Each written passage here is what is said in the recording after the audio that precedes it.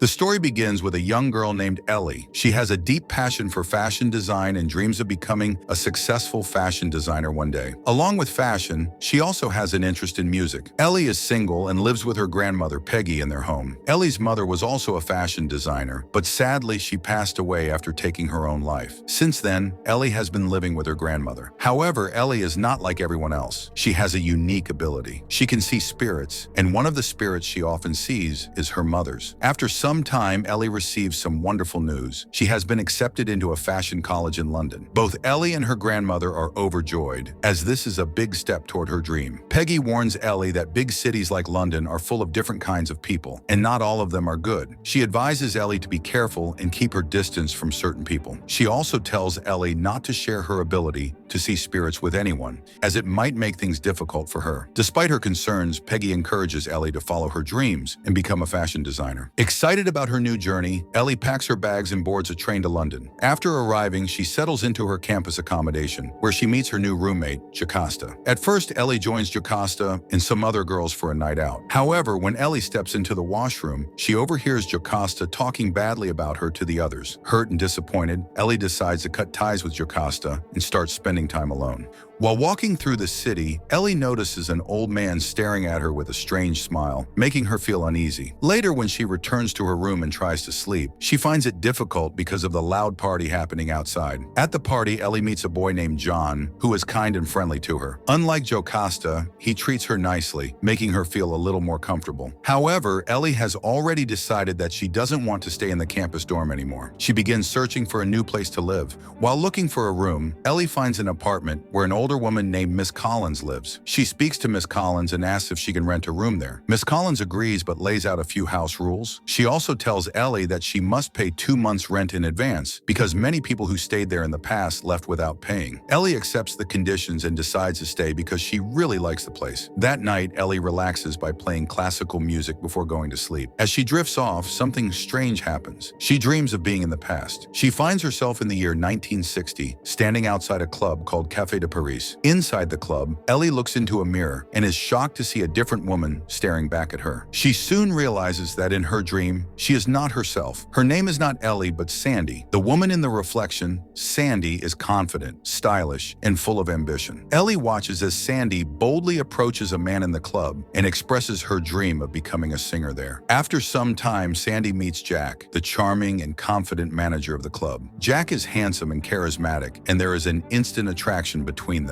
The two get close quickly, flirting and holding each other as their relationship begins. Later, they dance together for a while, enjoying the music and energy of the club. At the end of the night, Jack walks Sandy home, making her feel special and cared for. As Sandy enters her home, it is revealed that she lives in the same apartment where Ellie is staying in the present. Sandy goes to bed, and as she drifts off, Ellie, still inside the dream, reaches out to touch her. Suddenly, Ellie wakes up, finding herself back in the present timeline, confused and shaken by how real the dream felt. The next day, Ellie goes to her college, still thinking about her strange experience. She is inspired by Sandy's style, particularly her elegant dress, and decides to design a similar one for her fashion project. As she works on it, Jocasta notices something unusual. Ellie has a love bite on her neck. This means that whatever happens to Ellie in the dream, as Sandy is somehow affecting her real body in the present. That night, Ellie falls asleep again and finds herself back in the 1960s. This time, she sees Jack knocking on Sandy's door. He takes her to an audition at a different nightclub called Rialto, where Sandy gets the opportunity to sing. The club owner is impressed by her voice, and Sandy is thrilled, believing that she is finally getting her big break. Later, as Sandy and Jack step outside, Sandy spots a clothing store and excitedly tells Jack that once she gets her new job, she will buy lots of stylish clothes. Feeling hopeful about her future, she returns to her room. At that moment, Ellie wakes up again in the present timeline, still feeling as though she had truly lived through Sandy's experiences. Ellie becomes so inspired by Sandy that she decides to change her look to match her. She colors her hair like Sandy's and buys a similar dress. Excited by her transformation, she starts dressing and styling herself just like Sandy. Inspired by Sandy's fashion, Ellie also begins designing dresses like hers. Her teacher is impressed with her work, but Jocasta mocks her and laughs at her. After college, Ellie notices the Rialto Club, the same club she saw in her dream when she was Sandy. She decides to take a part-time job there. While walking, she spots it's the same old man from before, who once again looks at her strangely and starts following her. He tells Ellie that she reminds him of Sandy and that they look very similar, especially with her new hair color. That night, as soon as Ellie falls asleep, she finds herself back in her dream, waking up inside the Rialto Club in the 1960s. This time, she sees that Sandy is no longer happy with her job. Instead of becoming a singer like she had hoped, she is working as a backup dancer and is being used to attract male customers. Things take a darker turn when Sandy gets into an argument with Jack. He tells her that if she wants to be truly successful, she needs to please powerful businessmen. Sandy refuses, realizing that Jack is not helping her, but using her for his own benefit. Later, Ellie sees something terrifying in her dream. A man enters Sandy's room, and Sandy starts screaming. Just then, Ellie's alarm clock goes off, and she suddenly wakes up, feeling disturbed by what she saw. The next day, Ellie goes to college, but she is not in a good mood. The events from her dream have left her feeling uneasy and distracted. Because of this, she struggles to focus on designing her dress. Noticing her frustration, her teacher encourages her and helps her complete her work. While working at the Rialto Club, Ellie is still feeling troubled. John, who is worried about her, comes to visit, hoping to cheer her up. That night, Ellie falls asleep again and returns to her dream. She sees that Sandy is unhappy with Jack because he is trying to force her into prostitution.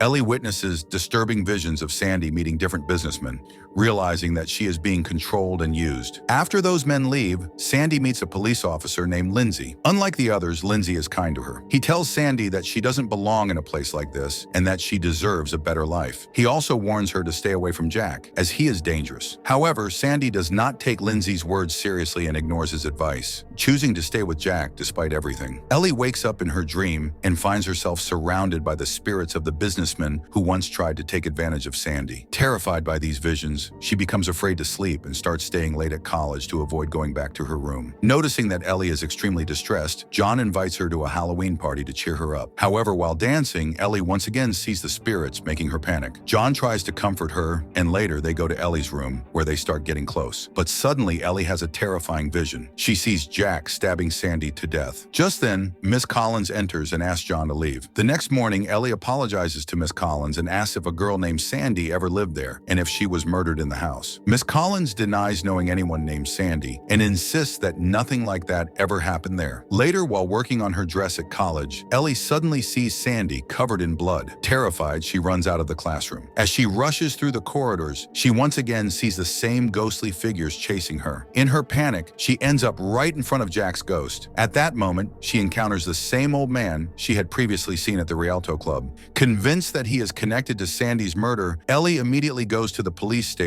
and reports that a man killed Sandy in the 1960s and is now after her. However, the police do not take her claims seriously.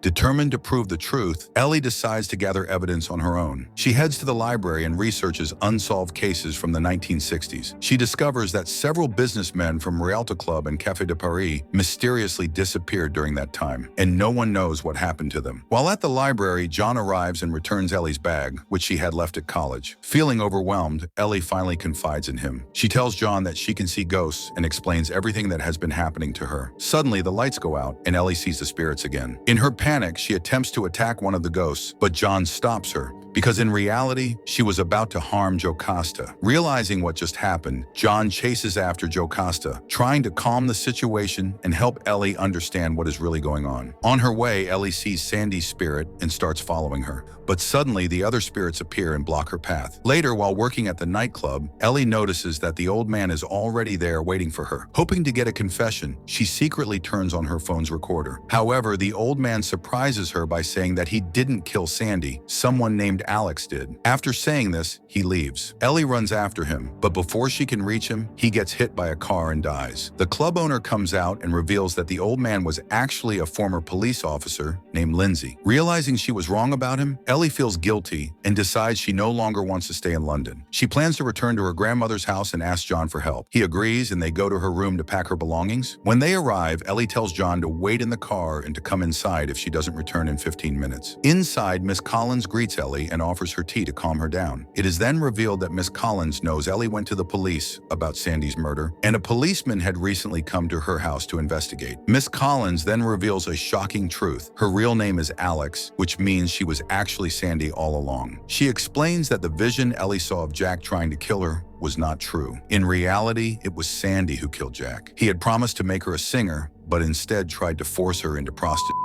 Feeling betrayed and trapped, she killed Jack and later murdered all the businessmen who tried to take advantage of her. She confesses that she hid all their bodies inside the house. Miss Collins then tells Ellie that she has drugged her tea and plans to kill her to keep her secret safe. Meanwhile, outside, John realizes Ellie has been inside for too long and decides to go in. As Ellie struggles to move, she manages to warn John to run, but Miss Collins attacks him with a knife. Ellie runs upstairs, and in the chaos, the house catches fire due to Miss Collins' burning cigarette. Ellie locks herself in a room, and suddenly the spirits of the men Sandy killed appear from beneath the floor. They beg Ellie to kill Miss Collins, but she refuses. When Miss Collins enters the room, she sees the ghosts of her past victims staring at her. Overcome with guilt, she finally realizes the terrible things she has done and that the police are waiting outside. Unable to escape her past, she tries to take her own life, but at the last moment, Ellie grabs the knife from her. Accepting her fate, Miss Collins tells Ellie and John to escape while she stays behind in the burning house. As the fire spreads, Ellie and John make it out safely, while Miss Collins perishes in the flames. In the final scene, we see Ellie a few years later, now a successful fashion designer. Her grandmother is proud of her achievements. With this, the time travel mystery comes to an end. I hope you enjoyed this movie summary.